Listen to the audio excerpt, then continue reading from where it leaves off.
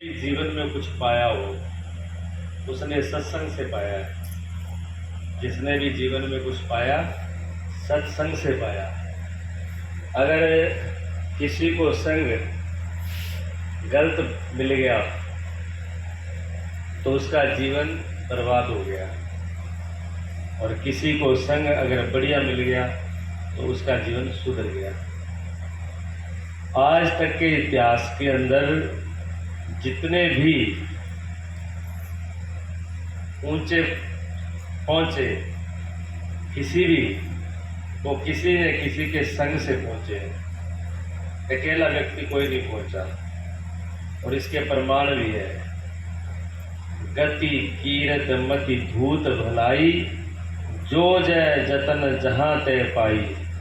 रामायण में ये चौपाई है। कहते हैं किसी ने गति पाई है।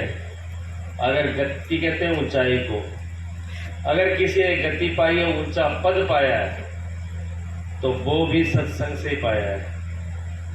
गति कीरत, कीरत कहते हैं बड़ाई, यानी यश कीर्ति। यश कहो, कीर्ति कहो, बड़ाई कहो, मान कहो। अगर मान बड़ाई यश कीर्ति अगर किसी ने पाई है तो वो भी सत्संग से ही पाई है। बिना सत्संग के किसी को मान नहीं मिला। किसी को बुरा होना होता है तो एक क्षण के सत्संग से भी किसी को बुराई मिल जाती है, जब वो काम ना करे भले हो। अगर कोई दुष्ट व्यक्ति हो और उसके साथ में सज्जन व्यक्ति भी बैठ जाए तो कई बार उसको भी दोष लग जाता है, जबकि उसका दोष है नहीं। और दोष इतना बड़ा हो जाता है कि जितना बड़ा दंड अपराधी का हो उतना ही बड़ा निरपराधी को मिल जाता है। प्रमाण है इसके। शंकरा आपने तो चंडीगढ़ वाले डॉक्टर को देखा है, मिले हैं। तो ब्राह्मण परिवार है वो, और जो डॉक्टर नहीं है ना वो हरियाणा की है। पीर उसका हरियाणा में है, चंडीगढ़ में उसका सासरा है। और जो डॉक्टर साहब जो है एसपी गौतम, वो आपके हरियाणा के पूरे स्टेट के आयुर्वेद कंपनी के इंस्पेक्टर रहे हैं सरकारी, पूरे हरियाणा के। और उनके घर से जो डॉक्टर नहीं है, एक बार हम लोग बैठे हुए थे, आश्रम में बात है, तो वो डॉक्टर नहीं बताने लगी कि जो मेरे पिताजी थे ना वो पहले ठंडार थे और सरकारी नौकरी में थे, लेकिन ब्राह्मण घर का शरीर था उनका। तो ब्राह्मण घर का शरीर होने के नाते क्या है कि वो ज्योतिष जानते थे। पीछे खानदान में रही होगी उनकी। जैसे हमारे जिम्मेदार के घर में बच्चा जिम्मेदार सीख ही जाता है। आप ना बताओ ट्रैक्टर चलाना, हल चलाना, खेत में क्या होता है, कब क्या होता है, तो जिम्मेदार का बच्चा तो सीख ही जाएगा जिम्मेदारी का काम। तो ब्राह्मण का बच्चा घर में पाठ पूजा ज्योतिष जो हो रहा है वो चीज़ सीख जाता है, स्वाभाविक बात है ये। तो वो उनकी ज्योतिष भी थी और ज्योतिष अच्छी थी, जिसको जो बता देते थे समझ लेते थे। तो कहते हैं उन्होंने अपने जीवन में जो जो घटना होती ना उनके जीवन में, उसको एक डायरी पर लिखते थे, और डायरी बना रखी थी उन्होंने। उस डायरी में वो लिख देते थे कि इस तारीख को इस टाइम में मेरे साथ ये घटना घटी, ये मेरे को परेशानी हुई, चाहे ये अच्छा काम हुआ चाहे ये खराब काम हुआ, जो भी होता था वो लिख देते थे। एक दिन क्या हुआ कि हरियाणा के अंदर ही उनकी ड्यूटी थी, शहर तो बताया मैं भूल गया। हरियाणा में उनकी ये ड्यूटी थी शहर में, और 4 जो है ना सटेरी थे, जुआ खेलते थे, और उन्होंने चोरी भी की थी। लेकिन वो इतने होशियार थे कि थानेदार की पकड़ में नहीं आ रहे थे, और थानेदार ने भी जिद पकड़ ली थी कि इन चारों को पकड़ के अंदर करना ही करना है, कुछ भी हो जाए। और उन्होंने भी तय कर रखा था कि थानेदार जितना मर्जी जोर लगा ले, हाथ तो अपने उगाना ही नहीं है। बड़ी जगह छापा मारे वो भाग जाते थे, पता लग जाता था। एक दिन क्या हुआ कि शहर से बाहर वो जो जुआरी थे उन्होंने कहा शहर में तो कभी भी छापा मार सकता है थानेदार, ऐसे करते हैं कि अपने शहर से बाहर चलो खुले में, और दूर से अगर गाड़ी आएगी तो दूर से दिख भी जाएगी। और शहर से बाहर सड़क के किनारे एक दरख्त था, दरख्त के नीचे चारों जने खेलने लगे, वो जुआ खेलने लगे वहाँ। अच्छा, उसी रास्ते से एक पैदल कोई संत थे, उनका वहां से निकलना था, टाइम था दोपहर का, दोपहर का टाइम था। संत ने कहा कि प्यास लग रही है और धूप भी है, तो उन्होंने कोई 4 आदमी बैठे देखे ना, अब उनको ये तो पता नहीं वे क्या कर रहे हैं। उन्होंने कहा चलो 4 आदमी बैठे तो पानी तो होगा। वो पानी के लिए उन 4 आदमी के पास चले गए। जब पानी के लिए 4 बजे तो उन्होंने बिठा लिया भी चलो कोई बात नहीं, साधु है रास्ते से आया है तो बैठ जाओ महाराज जी पानी पी लो। फिर थोड़ा बैठ के पानी पी लिया। उन्होंने कहा चलो दोपहर का टाइम है, 10 मिनट आराम करके फिर आगे चलूंगा। और भगवान की करनी ऐसे हुई कि थानेदार का आना हो गया। थानेदार की गाड़ी भी उसी टाइम आ गई। आते वो तो पूरे रेडी थे, उन्होंने भाजने नहीं दिया जी, पकड़ लिया। अब 4 वो थे, 5 में महात्मा जी। थानेदार अकेला तो था ही, उसने कहा पहले 4 में मार ठोकवा ना, 5 है पूछा बचाई, उसने कुछ नहीं करी, 5 को पकड़ के गाड़ी के अंदर ठोक दिया उसने महाराज जी को। महाराज जी बोले नहीं, चुपचाप बैठ के अंदर। उन्होंने कहा चलो ठीक है, भगवान का विधान ही है, ये भी उसकी मर्जी है। अब अभी देखे अभी जेल कैसी होती है, थाना कैसे होता है, कभी गए नहीं तो देखिए है। तो महाराज जी भी चुपचाप बैठ के बोले, वो भी नहीं। अच्छा, वो जैसे पकड़ के थाने में गए, उनसे पूछताछ होती, कोई बात होती, तब तक क्या हो गया, एक दंगा हो गया। अब जब दंगा हो गया तो ऊपर से एसपी का ऑर्डर आ गया, डीएसपी का, कि यहाँ पर तुरंत नाके पे भी फोर्स पहुंचनी चाहिए। तो थानेदार ने मुझसे कहा कि फटाफट इनको हवालात में कर दे और गाड़ी लेकर के हम जा रहे हैं, जरूरी काम है। उन्होंने भी गाड़ी बाहर निकाली, थानेदार तो बाहर चला गया, उनको 5 को जेल में कर दिया। अब ऊपर थाने के अंदर बंद कर दिया, 5 पूरी रात अंदर रहे। और थानेदार तो रात को लेट तक तो धक्के पर था। आधी रात को घर पे आया, घर पे आके रोटी पानी खाई, सोया। दूसरे दिन सुबह 10 बजे आया। 10 बजे आकर के थाने में, अब उसको अब सोलजन थी दिमाग में, उसको ये भी नहीं था कि मैं अंदर पकड़े कि न करे, कौन कौन अंदर किया रात को। थाने में आके हाजिरी लगाई, जब मुंशी बाहर आया, मुंशी ने कहा साहब रात 5 आदमी पकड़ के ले आए हो। अच्छा, रात के कौन ले आए थे पकड़ के? क्या आप थे? 5 आदमी रात आपने ले आए, उसमें 4 तो चोर है, फिर 1 तो साधु है, एक उनमें महात्मा है, और पूरी रात हो गई अंदर कर रखा आपने। अब थानेदारों को एकदम होश में आया। वही डॉक्टरनी के पिता की बात है ये। डॉक्टरनी के पिता को जो है एकदम होश आया, उसने कहा कह रहे ये तो गलती हो गई, ऐसे करो 5 को निकालो बाहर, तो छोड़ दो, बरी कर दो उनको। कुछ नहीं पूछा, छोड़ दो ना 5 हमारे। उन्हें निकाल के 5 को बाहर कर दिया। अब बाहर कर दिया तो चोर 4 तो चोर थे, वो तो ज्वारी थे। अब वो तो बोले नहीं, वो तो सिर नीचा करके अपने बाहर निकल गए। अब लोग महात्मा तो चोर थे नहीं।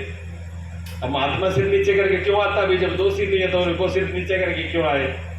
महात्मा आए अंदर से बाहर और सीना तान करके ऊपर कहे थानेदार कितना दिन हो गया तो ये फैसला करता है। बिल्कुल ऐसे ही बोले। उनके कॉपी में लिखा पड़ा, डेयरी में डॉक्टर ने मुझे बताया कि उनको ऐसे ही लिखा पड़ा है उनकी बात। उन्होंने कहा ये थानेदार ऐसे फैसले कितने किए थे तुमने, कितने महात्मा को जेल में बंद किया है? तेरे को सरकार ने गद्दी पे बिठा दिया, इसका मतलब तेरे को होश नहीं है कि चोर को अंदर बंद करना है कि साधु को करना है? जिंदगी में पहली बार गलती की है, सोच ले। लेकिन अब तुझे बिना दंड दे रहा तो नहीं जाऊंगा। महात्मा ने क्या कहा? तुझे बिना दंड दिए बगैर जाऊंगा नहीं। जिंदगी में पहली गलती किया है, इसलिए तेरे को 7 ही दिन का दंड देके जाता हूं। और मेरी बात नोट करके रख लेना, अगर दोबारा जिंदगी में गलती की तो पूरी जिंदगी भर पछताएगा, तेरे को साथ वो होना है। इतनी बात कह गए जी, वो महात्मा जी तो चले गए। और 1 घंटे बाद लेटर आ गया थानेदार के पास में कि 7 दिन काला पानी में भेज दिया। 7 दिन के लिए थानेदार को काले पानी भेज दिया। 1 घंटे बाद भी लेटर उनके पास आ गया भी चलो वहां पर। 7 दिन काले पानी रह के आए थानेदार, आते ही इस्तीफा लिख दिया। ये कोई मतलब बहुत पुरानी घटना नहीं है। अभी डॉक्टरनी अभी जिंदा है, चंडीगढ़ में गुरुजी के शिष्य आते हैं, उनकी हकीकत कहानी है ये। आकर के थानेदार जी ने इस्तीफा लिख दिया कि आज के बाद थानेदार की नौकरी नहीं करूंगा। गर्गों ने पूछा क्यों नहीं करोगे? कहते जी कि नौकरी है ऐसे पुलिस की, और जाने अनजाने में गलती हो सकती है, लेकिन वो महात्मा जी का वचन खाली नहीं जाएगा, 7 दिन तो भुगते आया, लेकिन दोबारा अगर गलती हुई तो फिर मेरे साथ क्या होनी है, ये तो जहाँ तो महात्मा जी जानते हैं, जहाँ पर परमात्मा जानते हैं, मेरे को पता नहीं है। इसलिए मैं अभी इस्तीफा ही लिखता हूँ। इस्तीफा दे दिया उन्होंने। उसके बाद भी फिर बोलेंगे जेलर, जेल की नौकरी करी हरियाणा में रहे थे, जेलर की नौकरी लास्ट तक करी। तो कहते वो इतने ज्योतिषी थे कि जब कैदी जेल के अंदर आता था ना, तो उसको बता देते थे कि तू इस दिन बरी होगा, इतने साल बाद, इतने दिन बाद, इस टाइम तू बरी होगा, इतनी बात बोल देते थे। एक कैदी ऐसा आया, उसको उन्होंने देखते ही कहा कि तू 10 साल जेल में रहेगा, और 10 साल बाद जब तू यहाँ से छूट के जाएगा उसी दिन तू अंधा हो जाएगा, तेरी आंख नहीं रहेगी। और वही हुआ। इतना ज्योतिषी भी थे, वो ब्राह्मण थे, थानेदार थे। तो संघ जो है ना, महात्मा ने कोई अपराध नहीं किया था, लेकिन वो 2 घड़ी उनके साथ खड़े क्या हुए कि जेल में जाना पड़ा, और उनके जेल में जाने से इतना बड़ा फिर अपराध बना कि थानेदार को भी नौकरी छोड़नी पड़ी, उनको भी 7 दिन भुगतने पड़े काला पानी में। ये संघ है, इसको कहते हैं संघ। तो कहते हैं अगर किसी ने अच्छा संग पाया है तो अच्छे के संग से पाया है, अगर किसी ने बुराई भी पाई है ना तो बुरे का संग करके पाया है। इस जीवन के अंदर सोच समझ करके संग करें, किसका संग करना है। और संग के अंदर सबसे बड़ी बात क्या होती है? संग में सबसे बड़ी बात होती है दोस्ती। दोस्त जब बनाना होता है ना तो कम से कम 20 बार सोचना चाहिए। दोस्त कभी भी अपने से छोटा नहीं होना चाहिए। हाँ, पैसे में छोटा हो सकता है, वो घर से गरीब हो सकता है, लेकिन वो अपने विचारों से, अपने आचरण से, अपने ईमान से कभी भी छोटा नहीं होना चाहिए। ये बात ध्यान रखें। दोस्ती थी सुदामा की और भगवान कृष्ण की। अगर आप धन से तोलो उनको तो सुदामा जी के पास क्या था? झुकी भी नहीं थी, ऐसे ही पेड़ के नीचे रह के अपना जीवन व्यतीत कर लेते। खाने को भी कुछ नहीं था, पहनने को भी कुछ नहीं था, लेकिन सुदामा जी का ईमान था, हृदय में श्रद्धा थी, प्रेम थी, दोस्ती के प्रति वफादारी थी, सच्चा उनका लगाव था कि चाहे उनके भगवान कृष्ण उनके दोस्त थे। उस टाइम में वो द्वारका के राजा थे और भगवान तो थे ही थे तो तीनों लोगों के मालिक है, लेकिन तीनों लोगों के मालिक ये तो समझ में नहीं आती। तो इतना तो समझ में आ रहे थे कि वो द्वारकाधीश है और मैं छोटा हूँ। सब लोगों ने कहा कि सुदामा आपकी दोस्ती भगवान कृष्ण से है, और आज द्वारका के वो राजा हैं, और वैसे वो तो सर्वज्ञ तीनों लोगों के मालिक हैं। आप एक बार जाके उनसे मांग तो लो। सुदामा ने कहा कि मर जाना अच्छा, लेकिन मांगना अच्छा नहीं है। मांगने के लिए तो नहीं, मैं मांगूंगा तो नहीं। हाँ, मैं भक्ति करता हूँ, प्रेम करता हूँ, मेरी मित्रता है, मित्रता के लिए रात दिन मेरा मिलने का जी करता है। मैं तड़फता हूँ कि भगवान के, मेरे मित्र के कभी मेरे को दर्शन हो जाए, मिल जाए। सुदामा ने दोस्ती भगवान से की, धन से, पद से, समाज से बराबरी नहीं थी, लेकिन अंदर से बराबरी हो गई थी। हृदय उनका भगवान के बराबरी था, कम नहीं था। भगवान उस हृदय में भगवान ही विराजमान थे। सुदामा में हर वक्त भगवान में ही मगन रहते थे। चलता रहा समय, बाल बच्चे पत्नी सब दुखी होते रहे। एक दिन पत्नी ने कहा सुशीला ने, देखो नाम सुशीला, सुशील का मतलब ही होता है जो ऐसी पत्नी हो कि इतनी विपत्ति होने के बाद भी कभी पति से लड़ी नहीं, कि तेरे जैसा निकम्मा कोई नहीं होगा, सारे दिन बैठा राम राम राम कृष्ण कृष्ण करता रहता है तो कुछ कमा ले। पत्नी ने कभी ये नहीं कहा भाई आप सारे दिन बैठे भगवान का नाम लेते हो तो कोई जाके 2 रोटी पैसे कमा लो, बच्चा तो भूख ना मरे। लेकिन पत्नी ने ये कभी नहीं कहा कि आप भगवान का नाम छोड़ दो और दिहाड़ी पर चले जाओ। पत्नी ने पूरी जिंदगी में नाम नहीं लिया सुशीला का। देख लो भागवत जी में, कहीं पढ़ के देखो आप। भी ऐसी पत्नी थी जो कभी भी पति को बुलाना नहीं दिया कि हमारे पास ये नहीं है। हर हाल में जैसे वो थी अपने पति के साथ खुश थी, और कभी उसने ये नहीं कहा कि आपको छोड़ करके मैं पियर चली जाऊंगी, अपने माँ बाप के चले जाऊंगे या माँ से पिता से मांग लूंगी। पत्नी ने तो माँ बाप से मांगने गई कभी ना, कभी ये कहा कि मैं आपको छोड़ के जा रही हूँ।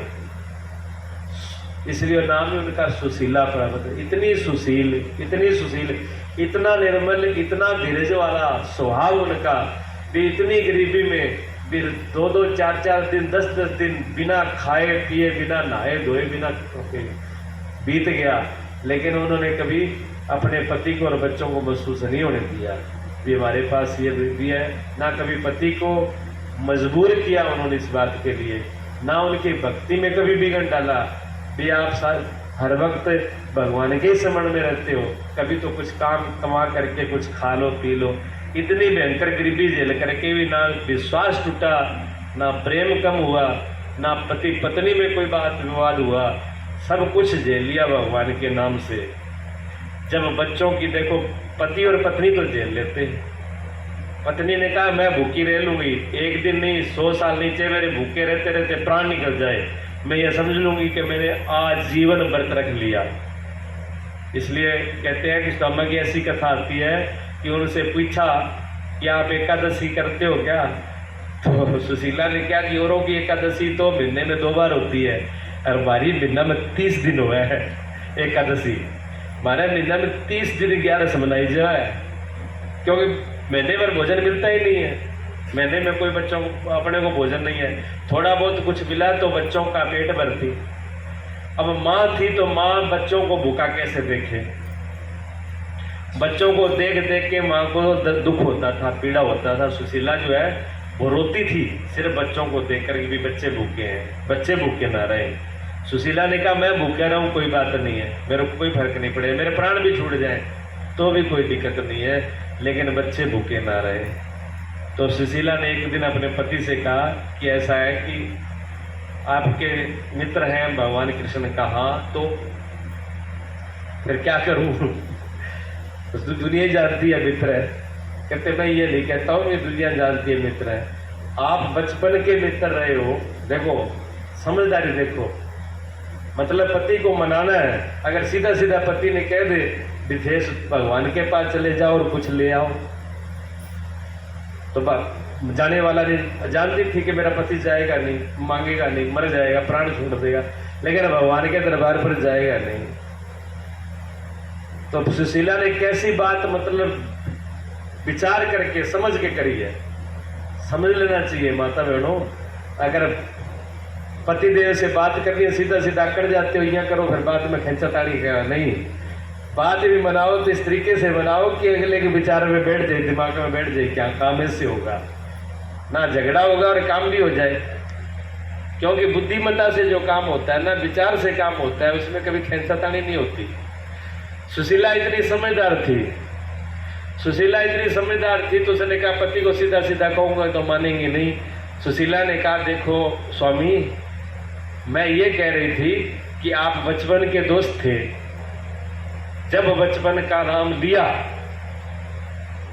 सुदामा की आंखों से आंसू बहने लग गए, जल की धाराएं बहने लगी, क्योंकि वो बचपन का प्रेम याद आया। जब संदीपनी गुरु के पास में उज्जैन में जब पढ़ते थे तो गुरु माता उनको जंगल में भेजती थी, कैसे खेलते थे, कैसे साथ में पढ़ते, कैसे एक दूसरे की चीज को छीन के चुरा के, बचपना होता है। तो सुदामा को एक दिन भगवान की वो बचपन वाली याद आई, सुदामा के आंसू बहने लगे, सुदामा को अपना प्रेम एक अंदर से जागृत हुआ। तो सुशीला ने कहा देखो मैं ये कह रही थी कि आपका बचपन का प्रेम है, और आज तक चलो वो तो बड़े हैं, राजा हैं, उनके पास 100 काम है, पूरी नगरी को संभालते हैं, और द्वारका जी इतनी बड़ी है, कितने कितने लोगों को संभालते हैं, वो तो बिजी है। अब प्रधानमंत्री है, प्रधानमंत्री तो बिजी है, पूरे देश को संभालते हैं। लेकिन हम प्रधानमंत्री हमारे घर नहीं आ सकता तो हम तो प्रधानमंत्री के पास जा सकते, हमारे पास तो टाइम है। तो कहते आप ही चले जाओ, भगवान के तो इतने बिजी हैं, वो तो राजा हैं, उनको तो दुनिया का देखना है, उनके पास टाइम नहीं है। तो आप तो मित्र हो, कम से कम अपनी मित्रता के लिए एक बार मित्र को मिलने के लिए तो चले जाओ, इतना टाइम हो गया। तो सुदामा ने कहा ये बात तो तेरी ठीक है, मैंने ये तो कभी सोचा ही नहीं आज तक। सुदामा जी ने कहा ये तो मैंने आज तक सोचा ही नहीं कि मेरा इतना बचपन का मित्र है वो नहीं मिलने आया, तो क्या कम से कम एक बार मैं तो मिले आऊं। ये तो मेरे दिमाग में नहीं आई। मैं तो ये सोचता था कि वो इतना बड़ा हो गया और मैं गरीब हूं, मैं जाऊंगा तो क्या सोचेंगे, मांगने के लिए आ गया। तो कोई जरूरी तो नहीं होता कि दोस्त में दोस्त मांगने के लिए जाए, दोस्त तो कैसे भी जा सकता है दोस्त के घर पे। क्या ये बात ठीक है? तो उसने कहा ठीक है सुशीला, आज आपने सही बात बताई है मेरे को, देखो दिमाग में तुरंत बैठ गई, इसको कहते हैं बुद्धि। अब जो है सुशीला ने कहा कि देखो बड़ों के पास जाओ, कहते हैं गुरु, भगवान और राजा, तीन जगह, गुरु भगवान और राजा के तीन के पास कभी खाली हाथ नहीं जाना चाहिए, ऐसा शास्त्रों का लेख है। ये तीन जगह कभी भी खाली हाथ नहीं जाना चाहिए, कुछ न कुछ भेंट लेकर के जानी चाहिए। तो सुशीला ने कहा कि देखो आप वो राजा हैं, तो ऐसे अभी आपके मित्र भी हैं, कुछ ना कुछ। तो सुदामा ने कहा कि ये तो धर्मनीति कहती कि मैं खाली ना जाऊं, तो कुछ ना कुछ भेंट तो लेके जाऊं, पर क्या लेके जाऊं, हमारे पास तो कुछ है ही नहीं है। तो सुशीला का दिमाग देखो। अब सुशीला कहती है कोई बात नहीं, मैं आपको ले जाने के लिए कुछ भेंट देती हूँ। तो तीन घरों में गई है सुशीला, तीन मुट्ठी चावल लेके आई है। अच्छा सुशीला तीन घरों में से क्यों लेके आई?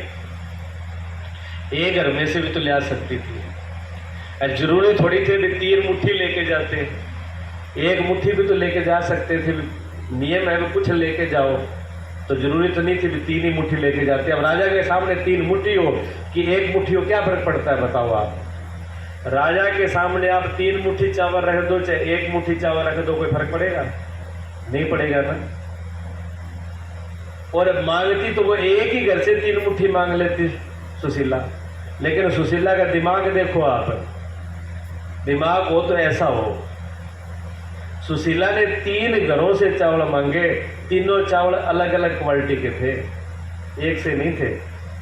तीनों चावलों में फर्क था।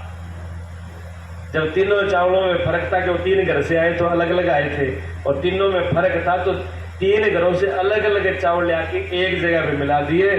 सुशीला ने क्या कि भगवान देख के अपने आप ही समझ जाएंगे कि तीन मुट्ठी चावल भी एक से नहीं आए, इसका मतलब सुदामा के घर में कुछ है नहीं।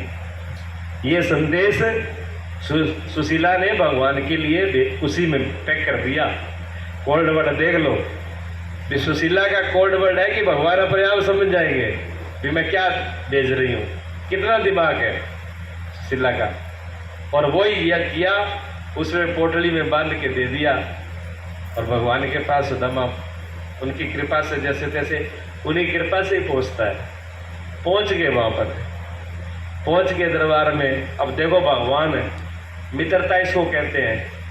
वो वैश्य राजा थे, बहुत बड़े थे, और सुदामा कुछ भी नहीं था, लेकिन जैसे ही भगवान के पास समाचार पहुंचता है कि एक ऐसा व्यक्ति आया है जिसके तन पे तो कपड़ा नहीं है, एक सिर्फ धोती है, वो भी चार जगह से फटी हुई है, और शरीर ऐसा है कुल्लर क्या खड़े कर दिया तो के पड़ोसी वाला घरे पड़ा है, शरीर में कुछ है ही नहीं, जो खाया पिया नहीं तो आढ़िया ही आढ़िया, क्या करें।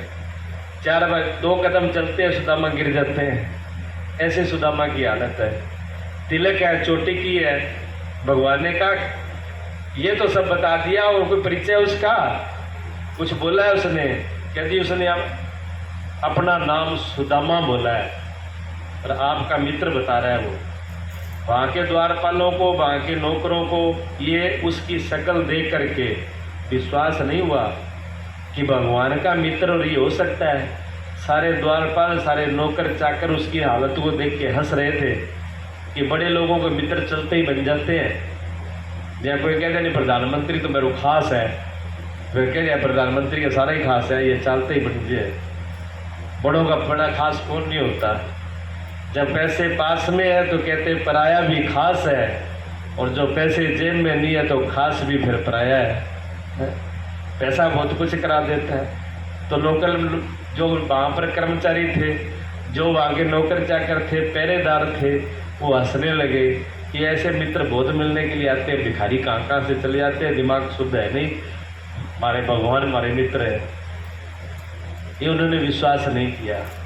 लोग देखो कपड़ों से पहचान करते हैं, लोग कपड़ों से पहचान करते हैं। लोगों की आंखें जो है ना, आम आदमी की आंख है वो ये आदमी के हृदय को, आदमी के मन को, आदमी के विचार को, आदमी के क्या उसका व्यक्तित्व तो उसको नहीं पहचानती। आदमी की आंख सिर्फ कपड़े तक और जोर लगा के चमड़ी तक है। आदमी का कहाँ तक है? पहले तो कपड़े तक ही है, और ज़्यादा जोर लगाया है तो चमड़ी तक है, बस इतना ही है। क्या देखते हो आप कहते हो हम देखते हैं एक दूसरे को पसंद करते, क्या देख के आते हो? डोल देखते हो, चमड़ी देख के आते हो, काली पीली क्या है? धोली काली पीली चमड़ी देखी है क्या? चमड़ी से आदमी की पहचान होती है? चमड़ी से आदमी की पहचान नहीं होती। एक पश्चिम में कवि राय विचारक, कवि, हकीकत घटना है ये, उसने कविताएं लिखी। कविता लिखी तो बहुत सुंदर कविताएं लिखी थी। वहाँ का राजा की कविताएं पढ़ता था, वहाँ के राजा कविता पढ़ के लगे ये आदमी बहुत ही उच्च कोटि का आदमी है, इस आदमी को बुलाओ, निमंत्रण दो। और जो कविता लिखता था ना, उस आदमी के पास अपना कपड़ा भी नहीं था पहनने के लिए।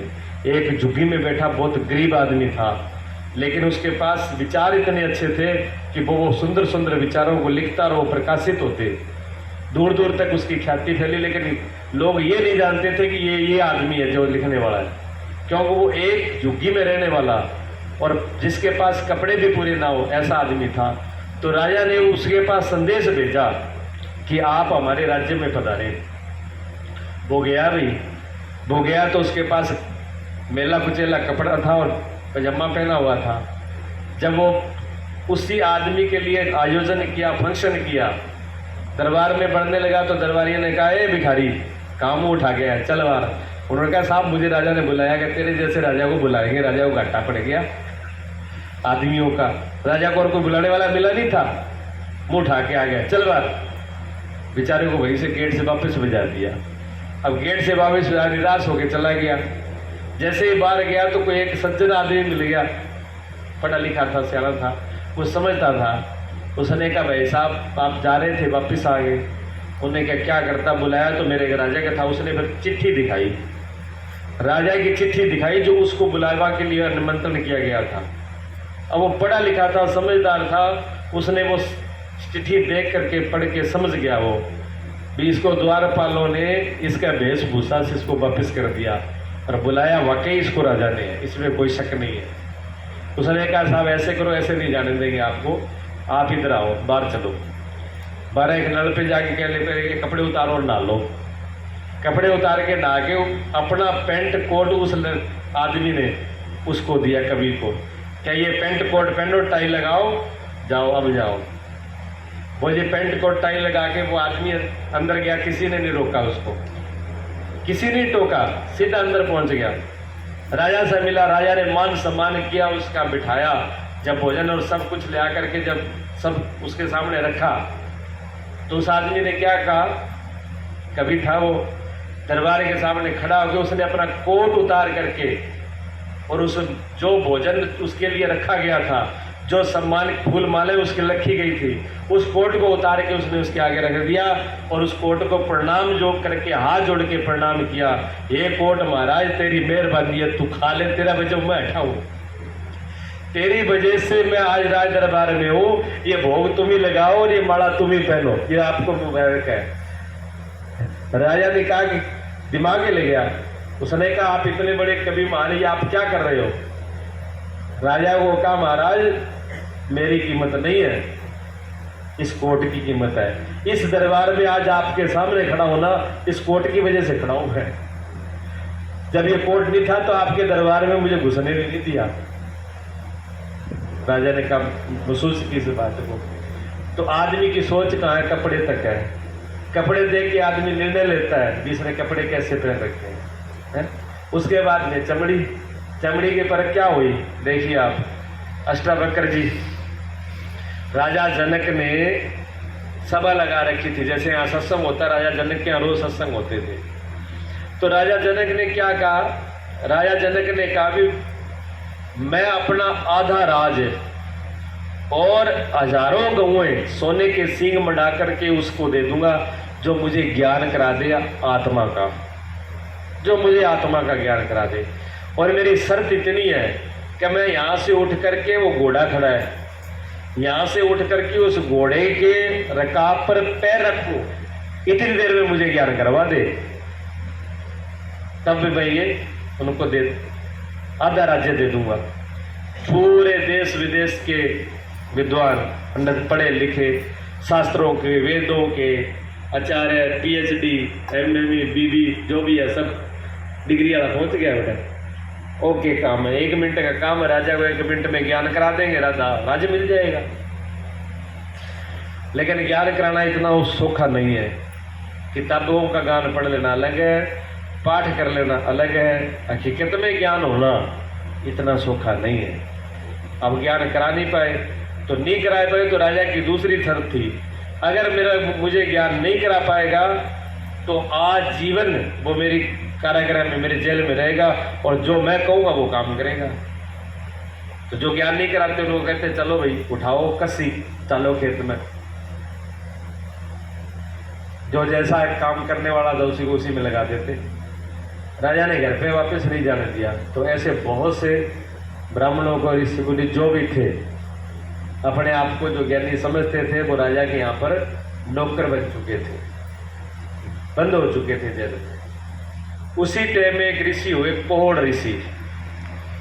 कोढ़ ऋषि जो थे वो पाठ कर रहे थे बैठ करके, और उनकी धर्मपत्नी ऐसे पास में बैठी हुई थी।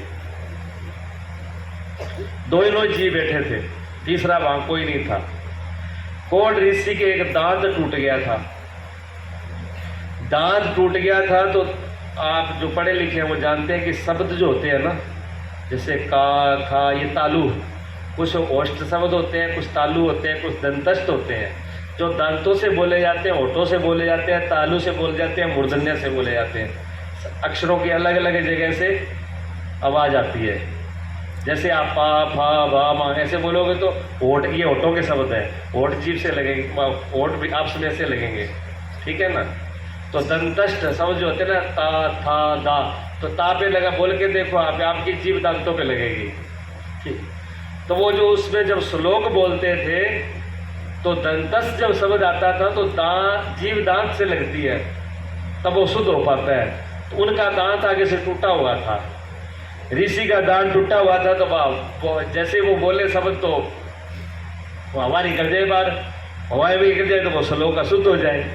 जब श्लोक अशुद्ध हो जाए तो आवाज आई ऋषि को कि लगे पिताजी आप अशुद्ध बोल रहे हो। कोढ़ ऋषि ने भी न देखो, ये हाँ तो दो ही तीसरो आवाज तीसरी घटुआ है। उन्होंने फिर दोबारा श्लोक पढ़ा, ध्यान रखा आवाज कहाँ से आती है। दोबारा आवाज ध्यान रखा तो पत्नी की तरफ से आवाज आ रही थी, आपका श्लोक शुद्ध नहीं है। माँ श्लोक बंद करके पत्नी ने कहा आप बोली? कह जी मैं तो कौन बोली, आप नहीं बोली तो कौन बोले? कि आवाज आ रही है तो मैंने भी सुना पर मैं बोली नहीं। अच्छा, उन्होंने ध्यान उधर ही रखा, तीसरी बार श्लोक पढ़ा तो उनके जो धर्मपत्नी थी उनके पेट में से आवाज आ रही थी। पेट में बच्चा था, पेट में बच्चा है कोढ़ ऋषि का। वो कह रहा है पिताजी आप शुद्ध नहीं बोल रहे। बताओ कितना बड़ा वो संस्कारी, कितने बड़े ज्ञान होगा उसको जो पेट में से बोल रहा है पिताजी। कोढ़ ऋषि को गुस्सा आ गया, उसने कहा बेटे बाप अजय तुम्हारे ही को नहीं है, पहले मैंने ज्ञान दे रहा क्यों? उनको गुस्सा आ गया, जा तो अभी से अपने बाप को ज्ञान दे रहा, जा 8 जगह से टेढ़ा हो जाएगा। उसका नाम पड़ा अष्टावक्र। अष्ट कहते हैं 8 को, वक्र कहते हैं टेढ़े को, संस्कृत का शब्द है। तो 8 जगह से वो टेढ़ा हो गया। रंग था उसका सांवला, अष्टावक्र का रंग सांवला था। 8 जगह से टेढ़े थे। जब चलते थे तो ऐसे यहाँ शाम चले या ऊँट चले नहीं है अगला करके कार्टून तो लोग थे क्या हंसता बने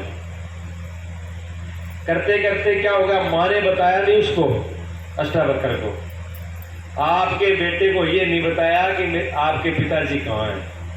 उनके पिता कौन, ऋषि भी राजा जनक की दरबार में कैद हो चुके थे। 12 साल बीत गया, माँ ने बेटे को नहीं बताया। क्यों नहीं बताया?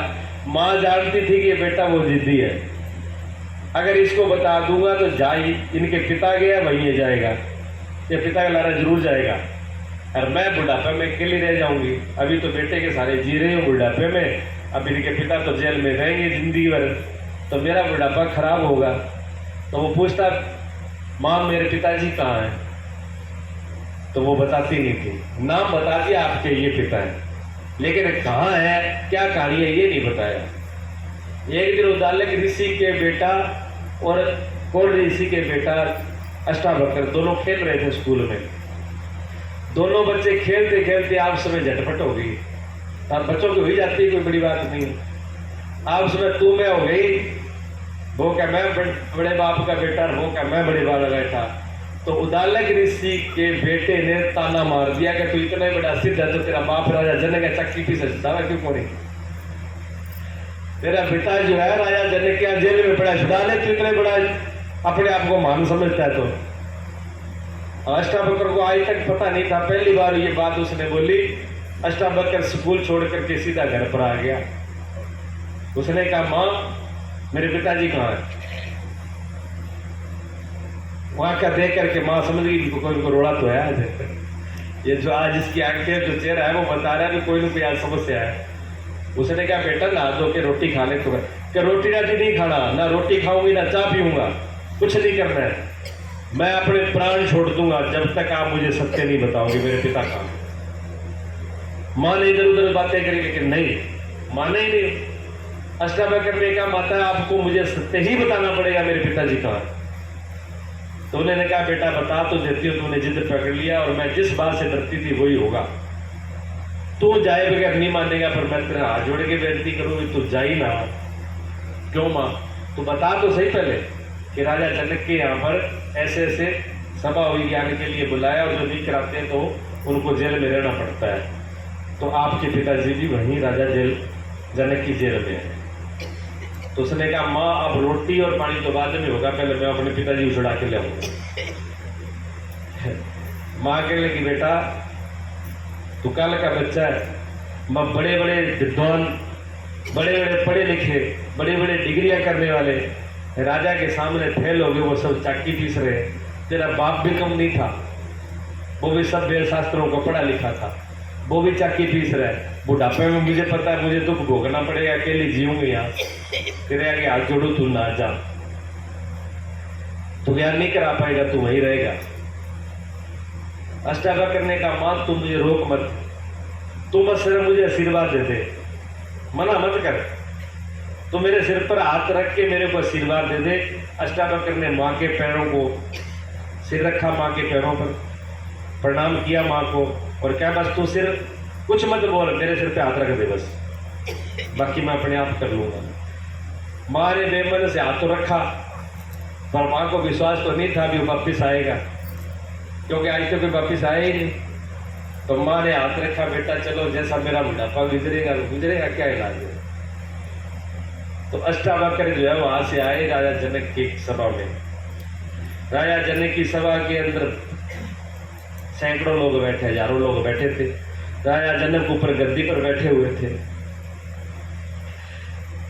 जैसे ही राजा अष्टावक्र राजा की सभा में पहुंचे तो पूरी सभा देखकर गए हंसी जोर से। अष्टावक्र को देखे सारी की सारी सभा हंसी, राजा जनक भी हंसा। जब वो हंस करके सारे बंद हो गए, तो हजारों लोग थे, वो सारे हंस करके जब बंद हो गए तब अष्टावक्र अकेला जोर से हंसा। जैसे ही अष्टावक्र 12 साल की उम्र थी, अष्टावक्र की 12 साल की उम्र थी और राजा जनक की 70 वर्ष की उम्र थी।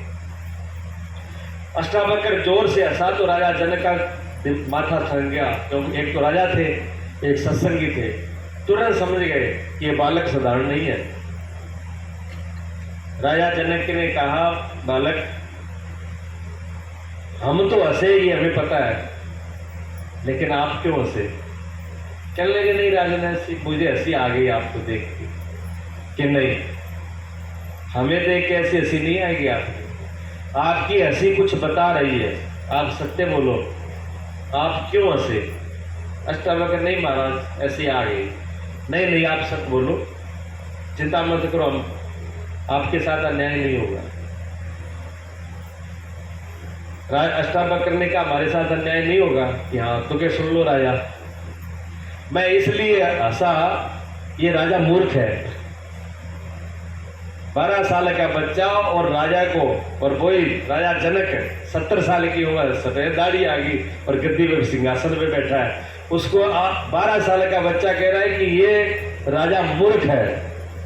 क्यों मूर्ख है? इन चमारों को बिठा करके ये चर्मकारों को बिठा करके आत्मज्ञान चाहता है। जब चर्मकार क्यों नहीं, जब सभा के अंदर सारे ब्राह्मण ऋषि और पढ़े लिखे थे, वो एकदम भड़के, उसने कहा ए बालक, अभी बोलने की तुझे अकल नहीं है, क्या बोल रहे?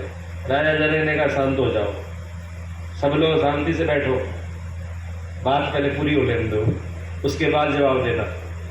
और सारा लाल पीला होया, गुस्सा मोया। राजा ने भाई बिठा दिया, कोई नहीं बोला। राजा ने कहा हाँ बताओ आप, ये चर्मकार कैसे है? तब मेरी पूरी सभा ने चमार बता दिया, मेरी सभा पूरी चमार की है। अष्टावक्र ने कहा ये जो सब लोग हंसे थे ना, इस चमड़ी को देख के हंसे थे। एक तो मेरा काला रंग, एक 8 जगह टेढ़ो, इसी को देख के तो हंसे थे ना। तो चमड़ी की जो परख करता है वो चमार नहीं हुआ तो राजा और क्या होगा? मैंने गलत काम बोला है। अब वो जब विद्वान थे मेरे कान घुस के हाथ में आ गए, तो बोल तो सही रहा है, चमड़ी की परख है। मैं तो सत्यम शिवम सुंदरम हूं, मेरे से ज्यादा सुंदर इस दुनिया में कोई नहीं है। अष्टावक्र ने कहा सबसे सुंदर अगर हूं तो वो मैं हूं। ये मेरे को नहीं पहचाना इन्होंने, मैं क्या हूं मेरे को नहीं पहचाना। मेरा तो सत्य रूप है, सुंदर रूप है, मैं सच्चिदानंद रूप हूं। मैं तो, मेरी सुंदरता तीनों लोगों में व्याप्त है। मेरे स्वरूप को इन्होंने कहाँ देखा है? इस चमड़ी को देख करके ये फर्क कर रहे हैं। राजा जनक समझ गए, ठीक है, हमारी बड़े बड़े पढ़े लिखों की जो दृष्टि है वो भी चमड़ी से आगे नहीं जाती। आम आदमी की तो कहीं क्या, कपड़ा और चमड़ी पर उलझ गए, आत्मा परमात्मा तो गायब हो गया, पता ही नहीं कहाँ चले गए। फिर कहते हमको दिखता ही नहीं है। तो जी अष्टावक्र जो है, थोड़ा सा बता दूं, मैं बोलना तो मुझे यही तक था, मेरा दृष्टांत तो यही तक था, लेकिन अब आपके मन में होगा फिर क्या हुआ, इसलिए मैं थोड़ा सा आगे पूरी बता देता हूँ। हुआ ये जी, फिर अष्टावक्र को बुला लिया गया। उन्होंने कहा जी मेरे पिताजी आए यहाँ पर, मैं कौन ऋषि का बेटा हूँ। मैं कहा ठीक है, आपका समान ऋषि का बेटा है, कैसे बता रहे? मैं अपने पिताजी को लेने के लिए आया हूँ। पिताजी को ऐसे नहीं ले जा सकते, मुझे आत्मज्ञान कराना पड़ेगा और घोड़े की लगाम पे पैर रखने से पहले। अष्टावक्र ने कहा हाँ मंजूर है, मुझे ये भी मंजूर है। तो उन्होंने कहा, राजा जनक ने कहा कराओ। तो अष्टावक्र ने ये कहा कि ये बताओ पूछने वाला कौन होता है और बताने वाला कौन होता है? कहते जी पूछने वाला शिष्य होता है और बताने वाला गुरु होता है। तो कि राजा तू महामूर्ख है। अष्टावक्र ने कहा राजन तू महामूर्ख है, अभी तो मूर्ख हो, अभी अब तू महामूर्ख है। राजा जनक जी कहा कैसे? कि तू जिंदगी से लेकर 70 साल हो गया, सफेद दाढ़ी होगी तेरी, सत्संग करते करते, और तुम्हें ये होश नहीं है कि गुरु को कहाँ बैठना चाहिए और चेले को कहाँ बैठना चाहिए। गुरु तो नीचे खड़ा रहा, आप सिंहासन पे बैठा है, क्या ये सत्संग किया तुमने जिंदगी में? राजा जनक ने हाथ जोड़े, तुरंत जी गलती होगी माफ करना। राजा जनक नीचे और अष्टावक्र ऊपर, और सभा के लोग देखा वो टब्बर है कि भला है कि बीमारी है, वो सारे सिस्टम भी बदल लग रहे हैं। अभी तक तो ऐसा हुआ नहीं, राजा तो राजगद्दी पर रहा, अब राजा नीचे है, पालक को अष्टावक्र ऊपर। अब सिंहासन में बैठे, सिंहासन में बैठने के बाद में अष्टावक्र कहते हैं राजन अब बोल क्या क्या कह रहा है, अब पूछ क्या पूछना है तुझे? कही मुझे आत्मज्ञान चाहिए। अच्छा आत्मज्ञान होगा, पहले गुरु दक्षिणा दो, पहले गुरु दक्षिणा दो। राजा ने कहा जी मैं तो सत्संग में बैठा हूं, ना यहाँ खजाना है ना या धन दौलत है, ना मेरे पास कुछ है। या तो मैं सादे धोती कुर्ते में आता हूँ, मेरे पास कुछ भी नहीं है, तो खजाने में है सब। अष्टावक्र ने कहा सब कुछ तो खजाने में है, पर चाबी तो तेरे पास है। हाँ चाबी तो है, संकल्प कर, संकल्प कर दे मुझे। तो क्या संकल्प करने का? कहते तन मन और धन तीनों का संकल्प कर दे कि तन मन धन मैं गुरु को समर्पित करता हूँ। लो जल गंगालय, संकल्प करो। राजा जनक के हाथ में संकल्प लिया, जल लिया और राजा से संकल्प कराया कि तन मन और धन मैं गुरु को समर्पित करता हूँ। अच्छा, तन मन धन बला रखे रहेंगे, बताइए आप। तन मन धन तीनों राजा ने को अर्पण करवा लिए अष्टावक्र जी ने। और राजा से कहा कि चल राजन, चल जा घोड़े के रकाब पे जा। और घोड़ा जैसे वो मोटरसाइकिल इतनी दूर था और राजा यहाँ नीचे था, अष्टावक्र गद्दी के सामने बैठे हुए हैं। अब राजा खड़ा होकर के और घोड़े के रकाब पर पैर रखने के लिए चला है। 2 कदम चला है। 2 कदम चलने के लिए जब बीच में पहुंचा आध विचकार, तो अष्टावक्र ने कहा ए मूर्ख राजा। फिर तीसरी बार बोला। अब राजा एकदम चौंका। उसने कहा जी अब क्या हुआ? कहता जो मुझे अर्पण कर दिया। अष्टावक्र ने कहा राजन, जो मुझे अर्पण कर दिया वो मेरे पास छोड़ के फिर चढ़ना ऊपर। राजा जनक वही खड़ा हो गया, सत्संगी तो था, सत्संग किया था। राजा ने कहा जब मैं तन भी गुरु को दे दिया, मन भी गुरु को दे दिया है, धन में अहंकार में अपना जो होता है, हमको जो धन का मतलब होता है जो चीजें वस्तु अहंकार किससे बनता है? आप कह कि बंदा बड़ो अहंकार है, 2 पैसा के होगा बड़ो अहंकार होगा। पैसे से अहंकार बनता है, पद से अहंकार बनता है, जमीन से अहंकार बनता है, अहंकार वस्तुओं से बनता है। जिसके पास कुछ नहीं है उसके पास अहंकार नहीं है। तो इन चीजों से अहंकार बनता है, इसलिए धन नाम अहंकार का है। जब एम मैं भी दे दिया, मन भी दे दिया और ये शरीर भी दे दिया, अब क्या बचा राजा के पास? अब सिर्फ एक आत्मा ही बची लास्ट में। उन्होंने तीर्थ तो दे चुका हूं मैं, माना ये मन अहंकार भी दे दिया, मन भी दे दिया, तन भी। अब तो मैं जैसे ही उन्होंने अंदर ध्यान किया कि अब आत्मा के अलावा कुछ भी नहीं बचा, शरीर राजा जनक को समाधि लगी गई। राजा जनक के वक्त खड़े समाधि लग गई। जल समाधि से आए एकदम बाहर हाथ जोड़ के लंबे दंडवत प्रणाम कर दिया, हो गया समझ गया। अष्टावक्र को लंबे लेट करके प्रणाम किया और कहा महाराज अभी तो मैंने आधा राज्य बोला था कि आधा राज्य दान दूंगा, लेकिन आज मुझे सदगुरु मिले हैं, पूरा राज्य आपका, ये सब कुछ दे चुका हूं मैं। अब मेरा आधा होता कुछ नहीं था, जो कुछ है सब आपका है, गद्दी से मानो ये चला लो, मैं आपका नौकर हूं, अभी गद्दी पर थे ही जो। राजा जनक कहने लगे, राजा अष्टावक्र कहने लगे राजा तेरे जितना मूर्ख नहीं हूं मैं जो इस चक्कर में पढ़ूंगा। मैं तो इन सारे ऋषियों को विदा करो सम्मान के साथ, मेरे पिताजी को विदा करो, ठीक है? और आज से तुम मेरे शिष्य हो और मेरा आदेश है, मेरा मुनीम बन करके इस गद्दी को संभालो, सच जनता की जैसे राज करने वैसे राज करो, पर आज के बाद इस राज्य को, इस शरीर को और इस धन को अपना मत समझना, ये मेरा है, मेरी मानता है, उसी के हिसाब से जिंदगी जीना। राजा जनक विदय के लाए। उसके बाद राजा जनक का नाम ऋषियों से भी बड़ा इतिहास में आता है। विदय किसी संत महात्माओं को नहीं बोला, राजा जनक को विदय की उपाधि दी, मतलब शरीर रहते हुए भी शरीर उनका नहीं था, ऐसे उन्होंने जिंदगी जी। सबको बरी करके राजा अष्टावक्र आ गए। तो जिसने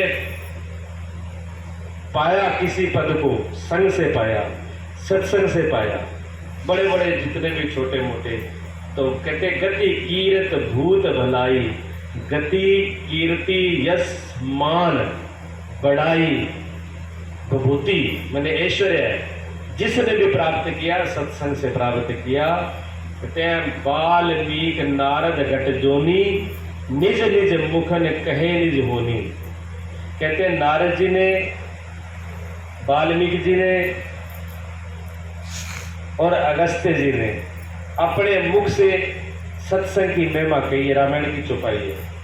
नारद ने कैसे बताई सत्संग की महिमा, ये थोड़ा प्रसंग आगे करेंगे, पहले थोड़ा सा कीर्तन कर लेंगे, कर लेते हैं। उसके बाद थोड़ी सा सत्संग और करेंगे, ठीक है। बोलिए सच्चिदानंद भगवान। आलस आगे होगा।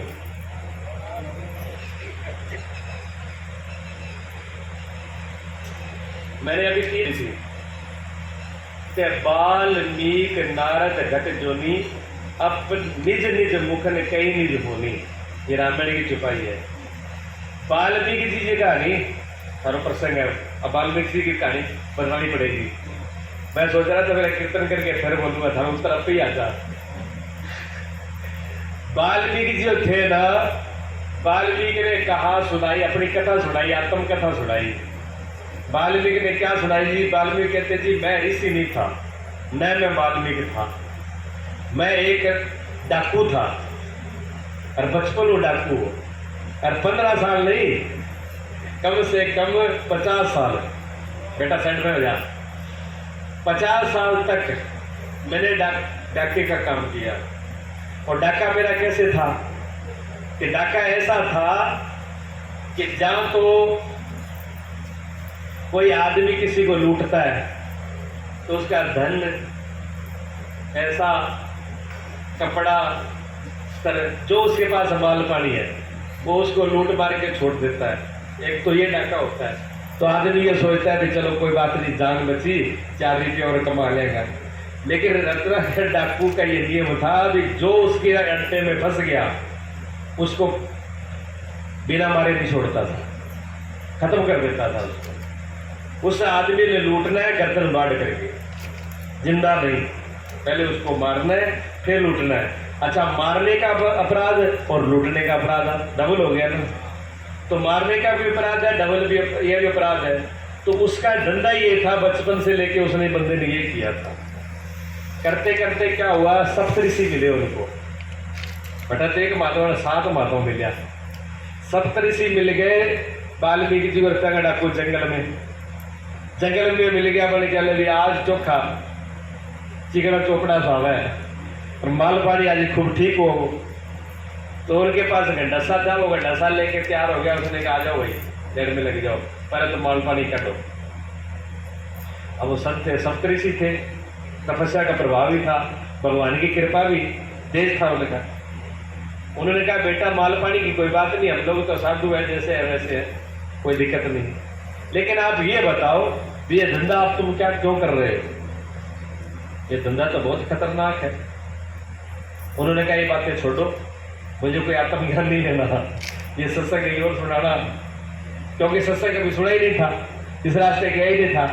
तो उन्होंने कहा देखो फालतू की बातें में टाइम खराब मत करो, आप इधर उधर की बातें करते हो। मैं हूँ डाकू, मेरा ये धंधा है, मेरे बाल बच्चे घर पे भूखे बैठे हैं और मैं ये लूट मार करके जीवन उसकी जीविका चलाते हो।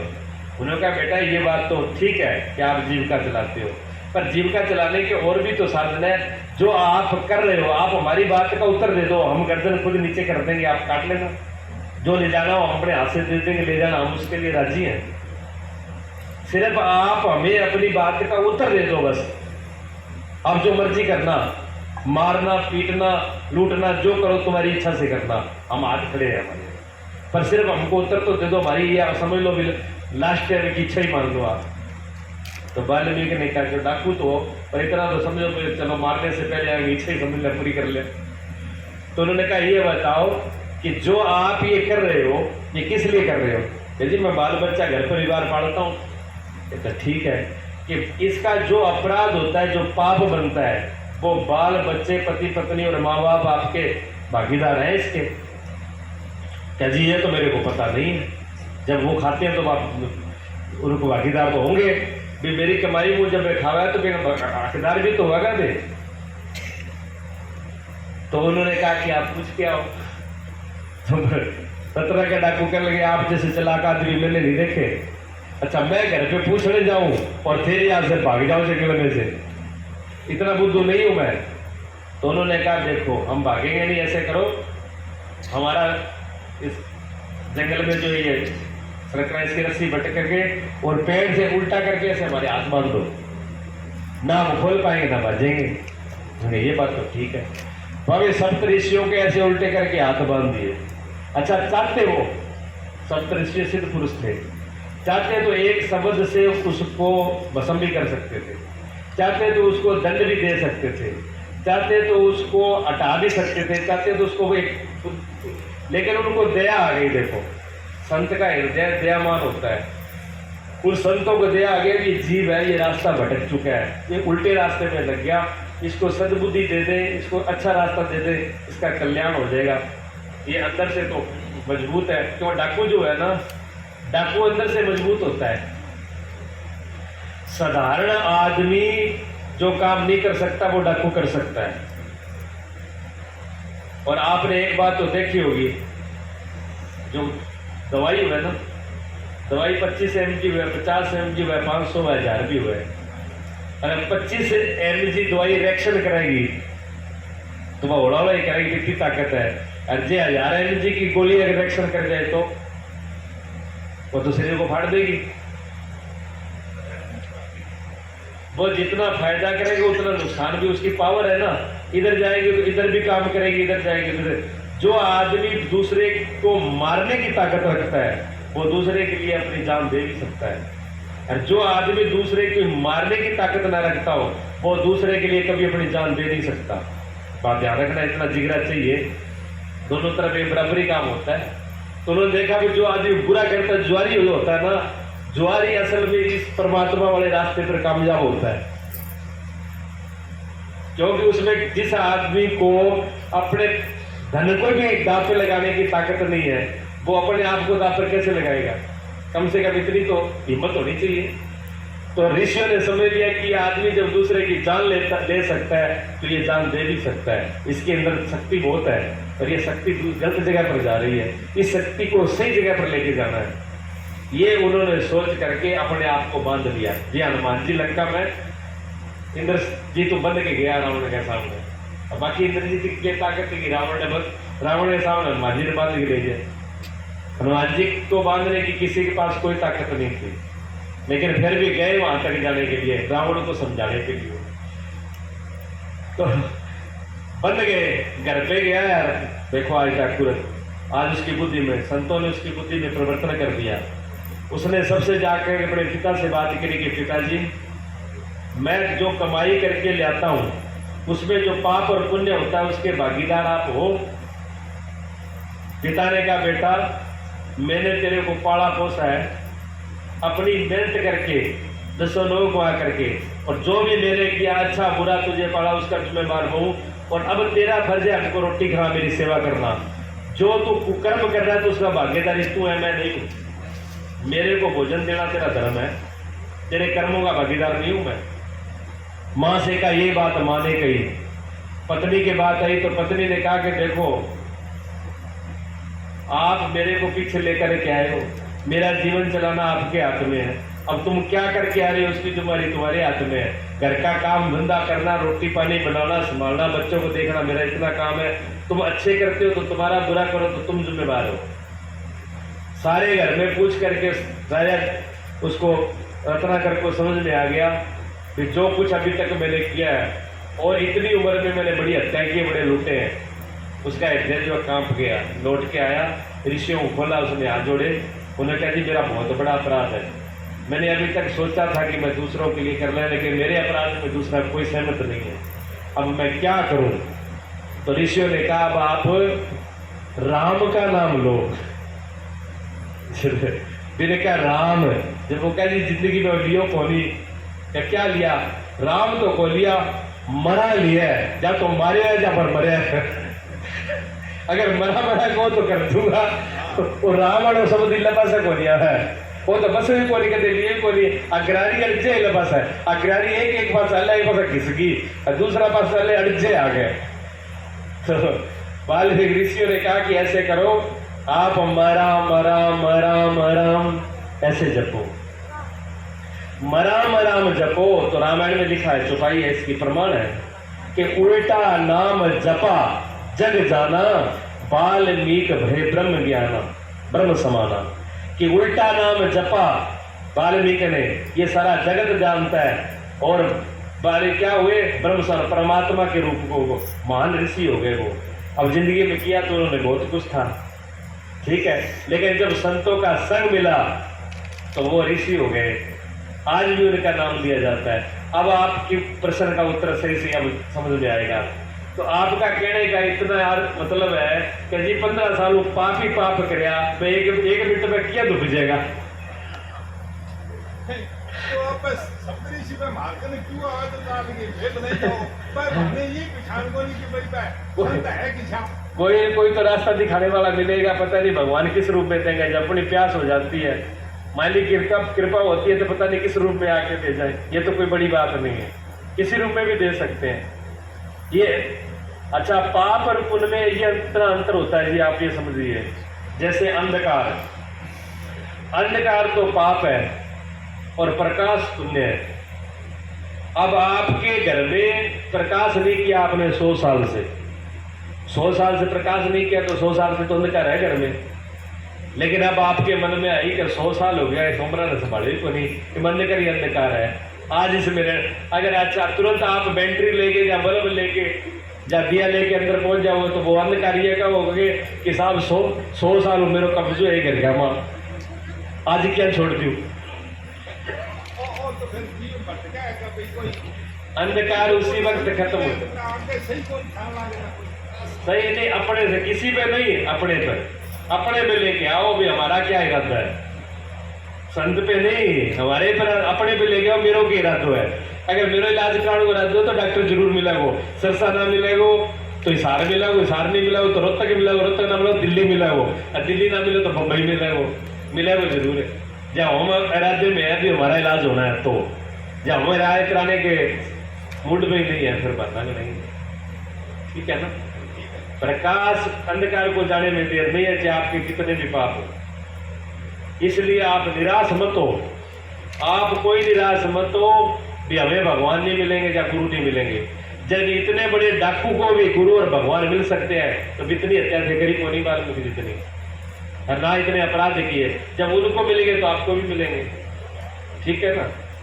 इससे भी बड़े बड़े हुए हैं, अंगली बाल भी हुए, लगे और भी बड़े बड़े पापी हुए, उनको भी भगवान मिले।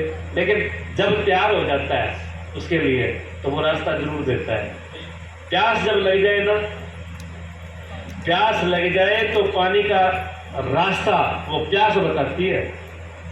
अगर किस लगी हो ना और अब हमें पानी चाहिए तो फिर हम क्या करेंगे, हम पूछेंगे सबसे पहले क्या जी प्यास बहुत लग रही है, पानी कहाँ मिलेगा। ये जी 10 कदम पर एक कुआं है, अच्छा कुएं के पास पहुंच गए। अब कुआं में पानी तो बहुत नीचा है, ऊपर नहीं है, लेकिन वहां जाके देखोगे कोई सब है इधर रस्सी जो, हाँ पास में बाल्टी टंगी है, तुरंत बाल्टी लोगे कुएं में डालोगे और निकाल के पी लोगे। फिर प्रश्न कौन करोगा, फिर प्रश्न नहीं करोगे, फिर पियोगे, ठीक है। जब तक प्रश्न करो तब तक अभी प्यास पूरी लगी को नहीं।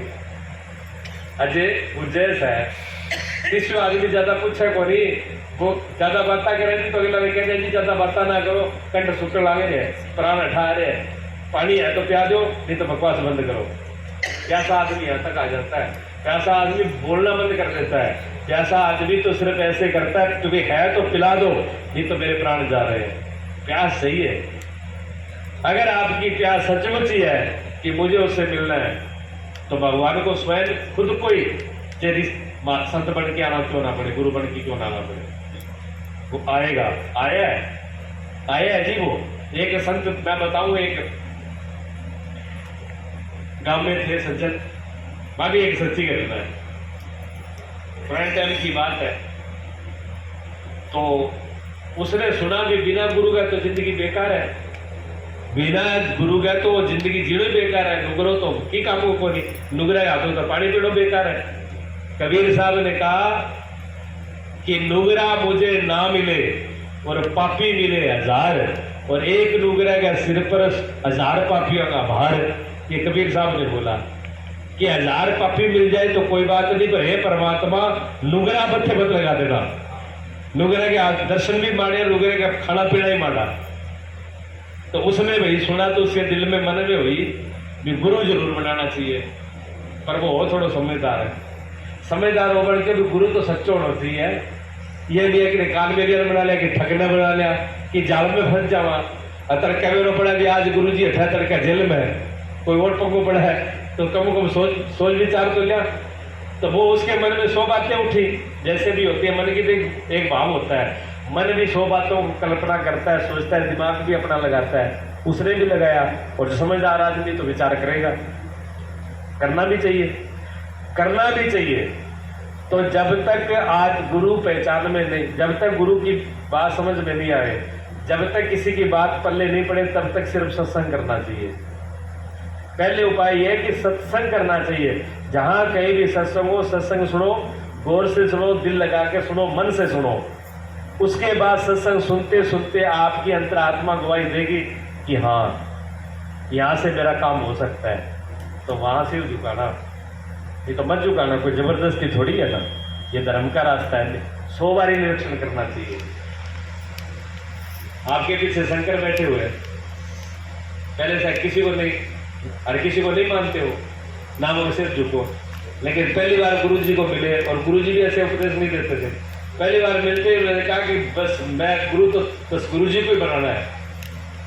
और इतनी लगन, इतना विश्वास, जो गुरु जी 5-5, 7 साल तक नाम नहीं देते, उनको उसी दिन नाम दिया। पीछे बैठे कुछ लोग देना पड़ा उनको भी समझ लिया कि ये सच्चा प्यासा है, आज इसको पानी की जरूरत है, उसी वक्त पिला दिया। नहीं तो गणेश 10 साल भी बीत गए, नहीं पिलाएंगे।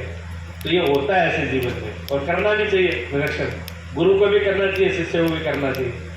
तो वो जी गांव में से बाहर निकला, क्या पहला तो मैं गुरु ढूंढूं, और गुरु जब सच्चा मिल जाएगा जल्दी मैं उपदेश लूंगा, और तभी वापिस मुड़ूंगा। तो बाहर निकलते ही एक साधु बैठे हुए थे, साधारण जैसा, धोली धोती, धोला कुर्ता पहने हुए। एक पीपल का बरगद का बड़का पेड़ था, उस पर एक चौतरा था, उस चौतरे पर बैठे हुए थे। पण क्यों चलो आपकी अकल नु कहते हैं कि सुचा न बूझड़ो चंगो है। तो उन्होंने कहते महाराज जी बैठे है अन पूछ लिया कि गुरु की क्या पहचान है, ये तो बतावा ही रहा, और जिसे पहचान मिलेगी तो आप तालमेल बिठा लेना। तो उन्होंने कहा उनसे, प्रणाम महाराज जी, कहते प्रणाम, राम राम राम राम। क्या जी मैं गुरु की खोज में जाऊंगी, गुरु ढूंढने जाऊंगा, और गुरु का क्या लक्षण है, गुरु क्या पहचान है। तो महात्मा जी ने समझ लिया कि अब जितनी की बुद्धि है उतना ही बताया जाएगा। तो उन्होंने कहा कि ऐसा है, ज्यादा आडंबर ना हो, ज्यादा मोह माया का चक्कर ना हो, ज्यादा बड़ा गोड़बाजियों का खेल ना हो, एकांत हो, शांत हो, पेड़ का वृक्ष हो, और चौतरा पर अकेला कोई संत बैठा हो, तो वहीं अपना सिर झुका करके कुछ प्राप्त कर लेना। मगर ठीक, पर गांठ बांध ली बात। अब गांठ बांध ली, वो चल पड़ा भाई। चलते चलते चलते कहते हैं 15 वर्ष तक वो घूमता रहा देश में, लेकिन ना कोई वृक्ष मिला, ना एकांत वाला मिला, ना कोई शांत महात्मा मिला। बाद की निशानी बताई तो एक और मिली, एक निशानी और बताई मिली। 15 साल तक चक्कर काटते काटते निताना हो गया, निताना हो गया। हार थक के बढ़ के भी चलो घरे, अपने किस्मत में गुरु को नहीं, अपनी किस्मत में भगवान ने गुरु लिखा ही नहीं है। तो इससे चुपचाप घर पे चलो, जैसा उल्टा सीधा राम का नाम है ले लेंगे, बिना गुरु ही काम चला लेगा चलो। अब वो निराश होकर घर पे लौटा। जैसे ही अपने गांव के अंदर आया, गांव में आते हुए साकी महाराज जी बैठी बैठा। साकी महाराज जी वही बैठे थे। उसने गौर से देखा कि बिल्कुल एकांत है, कोई भीड़ भड़का नहीं है, कोई माया नहीं है। दरखत है, दरखत के नीचे चौतरो है, चौतरा में महाराज जी एक बिल्कुल शांत बैठे है। बड़ा के दंडवत प्रणाम करने के महाराज 15 साल धक्का के नहीं खोया, ओढ़े को धड़ी हो रही घड़ी। ये बीमारी तो घर पे ही थी, तो 15 साल चक्कर क्यों घटाए। तो उन्होंने कहा बेटा तो 15 साल में धक्का खा के तो तेरे को दिख पाया। वैसे तो सीधो मैंने तो सीधी सीधी बात बता दी थी तेरे को भी ऐसा गुरु होना चाहिए। और वो लक्षण तो तब भी यही थे, अब भी यही है। उसे मैंने तो छुपाया नहीं, लेकिन तू ना देख पाए तो मैं क्या करूं। मैंने नहीं भटकाया, भटका तू अपनी मर्जी से है, पर भटक करके तुझे ये समझ में आया है भी गुरु अठे ठीक है, ठीक है ना। हाँ, तो जब सच्ची प्यास होगी ना, एक बात ध्यान में रखना कि चेला कभी गुरु को नहीं खोज पाता। क्यों? चेला अज्ञानी है और गुरु ज्ञानी है। अज्ञानी कभी ज्ञानवान की पहचान नहीं कर सकता, ज्ञानवान ही पहचान करता है। लेकिन एक सच्ची हृदय की जिसकी प्यास है ना, वो पहचान करती है। शिष्य के अंदर तो एक प्यास होती है, वो प्यास ही वहां तक लेके जाती है और उसके पास कोई उपाय नहीं है। प्यास सच्ची होनी चाहिए। लोग धोखा खा जाते हैं, मेरे कहते हैं गुरु जी फलाना महात्मा ठग ले गयो, फलाना यह ठगी कर दी, बड़े लूट लिया, बड़े ब्रह्म गा दिया। मैं कहता हूँ बेटा ये बता, तू वहां क्या लेने गया था? तू बड़ा परमात्मा को लेने गया था? नहीं, नौकरी लेने गया था। जब तू नौकरी लेने गया, अरे भी बाबा के लिए नौकरी हुआ, तो वो की नौकरी के पद पर कौन बैठे हुआ है?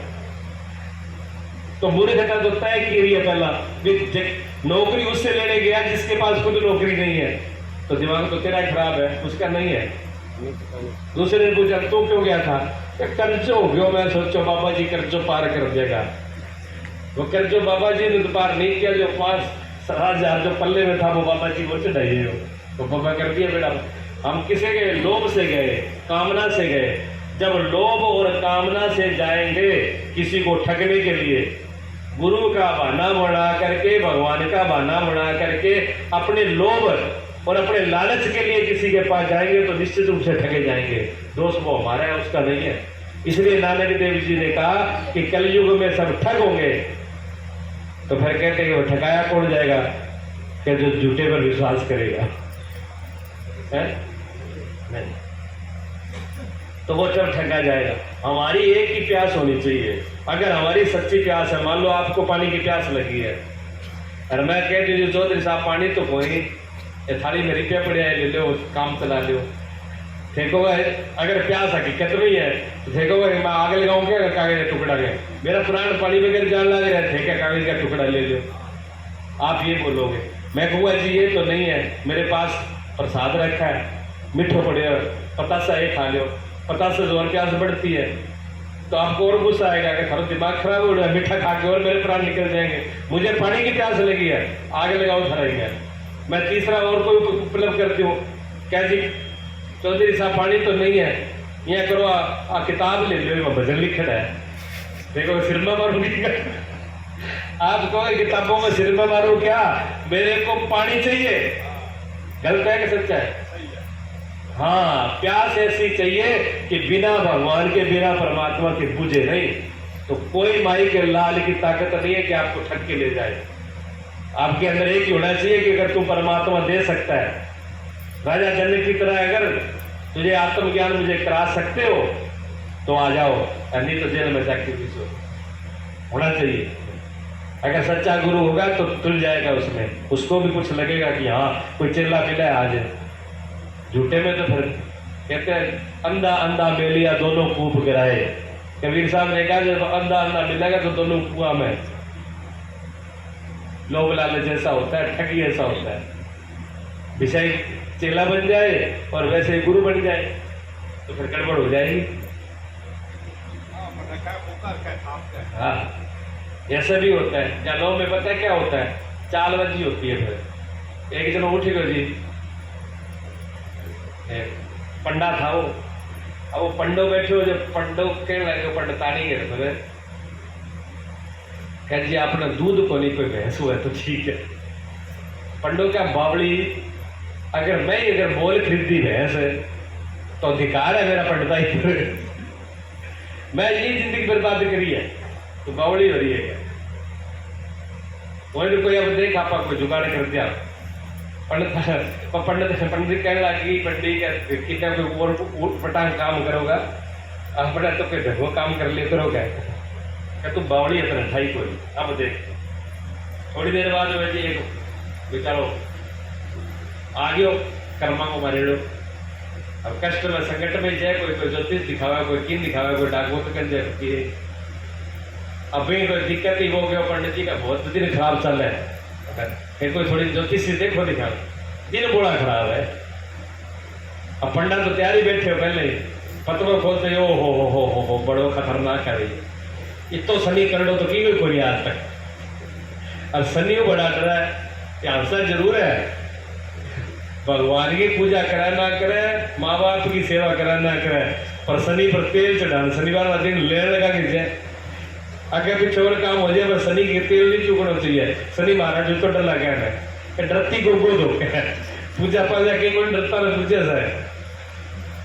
अब बाहर क्यों भी पंडा क्यों भी बहुत कम काम खराब है, हारा तो सीधो 7वां शनि यार, 7वां घर में सीधो देखा है, अरबी को तो बेड़ो गर्क है, ये समझो सोना की लंका ही कौन बचा है। अब तो लंका में यहाँ रावण का वो भी टाइम है, रावण की लंका में सोना भी आग लागी, इतना खतरनाक है क्या, तो रावण पर चढ़ रखा है, तेरा पर आए हुए। अब घबराहटो तो पहले ही हो, अरबी ने इसी बात पर सुनाते जब के करें वो कैसी पड़ी किए करो, अब बीमारी किया चढ़ाई किया शांतों की तो बताओ। कभी शनि में एक ही बात है, शनि में काली चीज चढ़ है, शनि में सारी काली चीज चढ़ है। अच्छा काली चीज चढ़ है के जब बड़े के वो क्यों बारे दुकान पर कालो कपड़ो लिए हो, कालो कपड़ो ले आके कोई माड़ा मोटा तिल लिए हो, चलियो कालो कपड़ो कहीं चढ़ा क्या ना तू बावड़ो है, माड़ो मोटी थोड़ी शनि है क्या, शनि बड़ो खतरनाक है। वो ऐसा कपड़ा और तिल्ला बड़ी उतरा नहीं काला हो तो, अरे कोई जीवित जान वालो चाहिए, जानवर जगह में जान हो है, ईशो कालो है कोई, मैं सोचो जान वालो कालो के है के ढूंढना नहीं, फिर मिल गयो कान में लियो तो कालो नाम वो भी करे बड़े क्यों ठीक है, सगा तो कालो है सगा जान है में, जब वो कान में लिए को लिए होगा, कान में लिए वो सांप लिए हो, क्या फिर जी कर लियो जी वो तो ठीक है नहीं, अब तो शनि उतर जा लो वो तेरा भला, जब बावड़ा ईशो थोड़ी हुआ है, अरे कालो हुआ है पर 4 पगाड़ हुआ है, पंडित जी और पंगुआ राजी होता है। अब वो सांप तो छोटे हम ढूंढने चले मेरे लो कि कालो हुआ है 4 पगाड़ हुआ है, जो करतो देखोगे एक बिल्ली करी काली बिल्ली थी बल्कि क्यों काली है जगह 4 पगाड़ी है, जब काली है 4 पगाड़ी जब वो बिल्ली पकड़ ले हो क्या बात है क्या खंडा जी, अब तो ठीक है, अब तो शनि उतर जाए लो, काली भी है देखो 4 पगाड़ी है, क्या बावड़ा तुर रहे हो बावड़ो को बावड़ी, अरे शनि बहुत करड़ो है, वो कालो भी हुआ है 4 पगाड़ो हुआ है पर दूधा हुआ सके।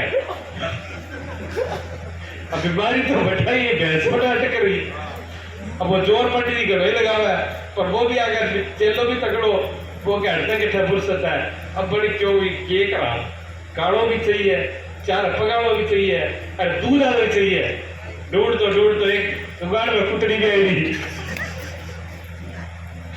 कुतड़ी ले आके खड़ी कर दी, कहले पंडित जी काला भी है 4 पगाड़ हुई है और दूध भी दिया, पंडित कहने लग गयो मेरा बाप सभी उतर गयो जा तू गेट दोबारा हो गया कर दियो दान के निकल वाला गया और पंडित कहेगा मैं थारा पहले क्यों नहीं दान से पंगा लियो क्या, पर भैंस कोई कौन सा डागे से अब गुरु ईशा चिल्ला ईशा पारी क्या पड़े चला आज की चलाकी है नहीं अब बड़ी खतरनाक है, चलाकी पार पड़ा है, भगवान का रास्ता में सरलता चाहिए, भगवान के रास्ते पे हृदय सरल चाहिए, मन बुद्धि सरल चाहिए, पवित्रता चाहिए, निर्दोषता चाहिए, निर्मल जन्म, कहते भगवान कहते हैं छल छिद्र कपट मोह न भावा, कहते छल छिद्र कपट ये मुझे नहीं भाता है, मुझे तो क्या ऐसा निर्मल हृदय सो मुझे पावा, जिसका सरल और निर्मल हृदय वो मुझे भाता है। कबीर साहब ने कहा मन निर्मल भया, मन निर्मल भया जैसे गंगा नीर, और हरि मेरे पाछे फिरे कहत कबीर कबीर, कबीर साहब कहे कि जैसा मेरा मन जब गंगा की तरह निर्मल हो गया पवित्र हो गया तो मैंने हरि को नहीं बुलाया, पहले तो मैं हरि को बुलाता था, हे हरि तुम कहाँ हो आ जाओ, उसके बाद हरि मेरे पीछे पीछे फिरता है कहत कबीर कबीर, हरि मेरा जाप करता है।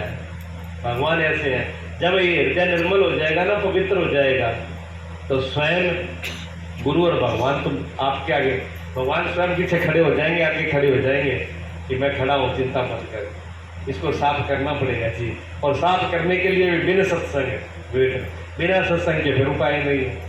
इसलिए सत्संग ही साधन है। जब तक महापुरुष समझ नहीं आए तो अच्छे लोगों का संग करो, शास्त्रों का संग करो, कोई अच्छी 4 आदमी बैठे उनका संग करो, अच्छे अच्छे सुंदर साधन। अगर वो कोई समझ में नहीं आ रहे तो जो महापुरुष हुए हैं, कबीर, नानक, गोविंद, भगवान कृष्ण, गीता, उनका अध्ययन करो। वो भी तो शास्त्रों का वो भी तो एक संग है, उनका कीजिए। जब उनमें करते करते वहां से कुछ समझ आने लगे तो अच्छे सज्जन पुरुषों का संग करें, उससे फिर और अच्छे संग से संग बढ़ता चला जाएगा। एक के संग से आगे का देखो, जितने अच्छे लोग होते हैं वो अच्छे से अच्छा कड़ी जुड़ती चली जाती है। अच्छों की संगत होती है, और जब बुरों की संगत होती है। जब ज्वारी इकट्ठा हुआ, नहीं मैं गठे में ट्रेन में जाऊँ, ट्रेन में जाता हूँ तो ट्रेन में ही मिल रहा 4 आगे जोटी फट जाए, कोई कहीं का होता है, कोई कहीं का होता है, कोई कहीं का होता है। अर्थात ही काट के क्रिया करेगा तो वो काट के इतने दिन तकावा कोई है कि वे बैठे बड़े अपने आप ही सारा करते हैं, किया है ना, अच्छा 1 से 2 3 4 मिनट में इकट्ठा हो जाए और खेलना शुरू कर देते हैं। मैं देखता हूँ देखो कितनी जबरदस्त सत्संग है। अगर भजन कीर्तन करना है तो 4 करना वो शायद औखा ही है, पर आगे जोड़ी देख लो, गाड़ी का माई मिलना शुरू हो जाए, ढूंढ ले मिनटा में वो खेलना बंदो है, इसी जो पाँव जोर है। और ऐसा नहीं कि अच्छे को ही नहीं छोड़ते, अच्छे को भी ढूंढ लेते हैं। एक बार मैं दिल्ली से बैठ रहा था, यहाँ होरी आ रहा था, तो मैं दिल्ली स्टेशन से चढ़ा तो आपकी उम्र के थे एक बुजुर्ग, इंटरसिटी की बात थी, ये जनवरी का महीना था। तो मैं जब दूर से देख करके, जहाँ आप लोग गेट इतनी दूर खड़े थे, मैं जिस डब्बे में चढ़ा वो देख करके वहाँ उसी डब्बे में आए, आ करके मुझे प्रणाम किया, कहने लगे स्वामी जी आप यहाँ मत बैठो। मैंने क्यों? ये मेरे पास सीट है, 2 आदमी और बैठे हैं वहाँ, आप हमारे पास चलो वहाँ। मैंने कोई खास बात? क्या खास कुछ नहीं, आपका संग हो जाएगा, आप संत हो। अब ना मैं उसको जानता था, वो मुझे जानता, लेकिन भेष देख करके उसके अंदर भाव है। देखो उसने कहा कि मैं ब्राह्मण हूँ, मैं गिदड़वा का हूँ रहने वाला, और मेरे साथी 2 बैठे हैं, यहाँ से 5-6 घंटे का सफ़र होगा, आपके साथ में भगवान की चर्चा होगी, अच्छी चर्चा होगी, सफ़र बढ़िया कटेगा, तो आप हमारे पास ही बैठ जाओ। मैंने कहा चलो ये भी अच्छी बात है। हम गए जी, बैठे। उस दिन ट्रेन हो गई लेट, जनवरी का महीना था, जनवरी का महीना, ट्रेन लेट हुई, ट्रेन थोड़ी लेट नहीं हुई, जो दिन में चलती थी 2 बजे, रात को 6 बजे, सामने 6 बजे दिल्ली से निकली। अब भयंकर धुंध, भयंकर ठंड, और दिन की चलने वाली ट्रेन थी, कपड़ा किसी के पास था नहीं। रात के 1 बजे मानसा मंडी के पीछे ट्रेन के अंदर पटड़ी पर आ गए वो जोटो आ गया, वो जोटो इंजन में फंस गयो। अब बड़ी रात ने 1:30 बजे खड़ी खेता में ट्रेन, अरे ठंड भयंकर, और बच्चे ठंड के मारे कल्लाए। अब मेरे पास एक कंबल था, वे जगह पंडित जी मांग रहे गर्म चादरी पे, 2 छोर बंदा और मांग रहे गर्म चादरी, वहाँ एक गर्म चादर तो बाबड़े बच्चे थे, छोरियाँ थी, उनको उड़ा दी। और उस एक कंबल में हम 6 आदमी बैठे उसके अंदर, सत्संग करते रहे, पता नहीं लगा, ऐसे बैठ गए मिल करके, श्री गर्म रहा।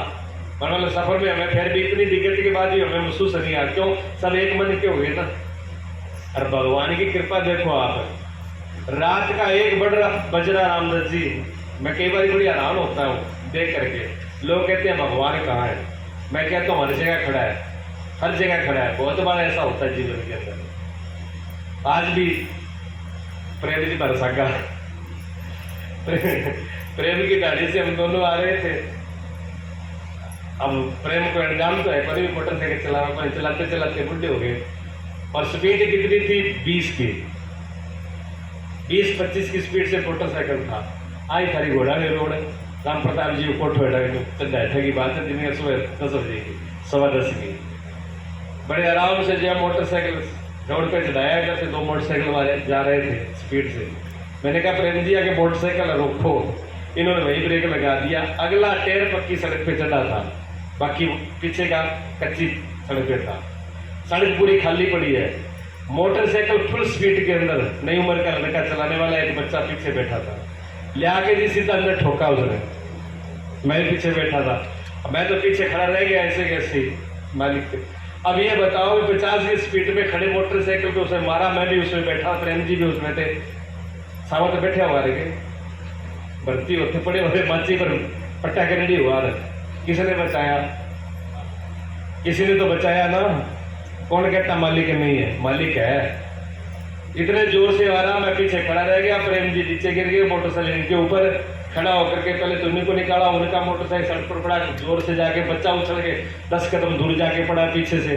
हमने कहा, प्रेम ने कहा चलो, मैं ठीक है। प्रेम जी के बच्चे को जरूर लगी हुई। मैं बच्चे को उठा करके उसको देखा, मैं बेटा कैसे लगी आपको? क्या नहीं। बच्चा ना तो रोया ना उस घबराया। मैंने उसे देख के मैं बेटा मैं चाल के दिखा दो, चल पड़ा, वो दर्द हुआ है क्या? को नहीं हुआ है। मैं बेटा भी, बच्चा भी ठीक है। फिर उसको लड़के जवानों को, मैं तू ठीक है? कर मैं ठीक हूँ।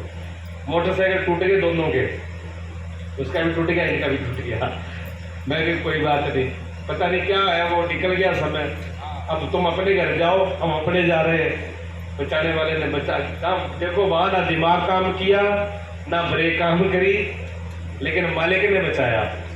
ऐसे होता है, घटना ऐसी होती है। तो उस ट्रेन के अंदर हम रात के 1:30 बज रहे, और जनवरी का महीना, भयंकर धुंध, और खेत में ट्रेन खड़ी। भोजन पाया हुआ नहीं था, हमारा भी नहीं खाया था, क्योंकि शाम को 6 बजे 7 बजे वोट पहुंचने का टाइम था। तो वहाँ भोजन का कोई मतलब ही नहीं था कि 7 बजे तो वो घर पे पहुंच ही जाएंगे। लेकिन रात के 1 बजे ट्रेन कहीं खड़ी है खेतों में। पंडित जी नीचे उतरे, मैं तो सीट पर ही था। मेरे साथ जो पंडित है गिदड़वा के, वो नीचे उतरे और तंदूर की 6 रोटी गरम गरम, और ऊपर छोला की ताती सब्जियां भाप निकलती हैं, लेके आया। मैंने कहा स्वामी जी पकड़ना। मैंने इसे पकड़ ली। वो नीचे उतर गए, 6 रोटी और सब्जी और ले आए वो। मैं क्यों पंडित जी?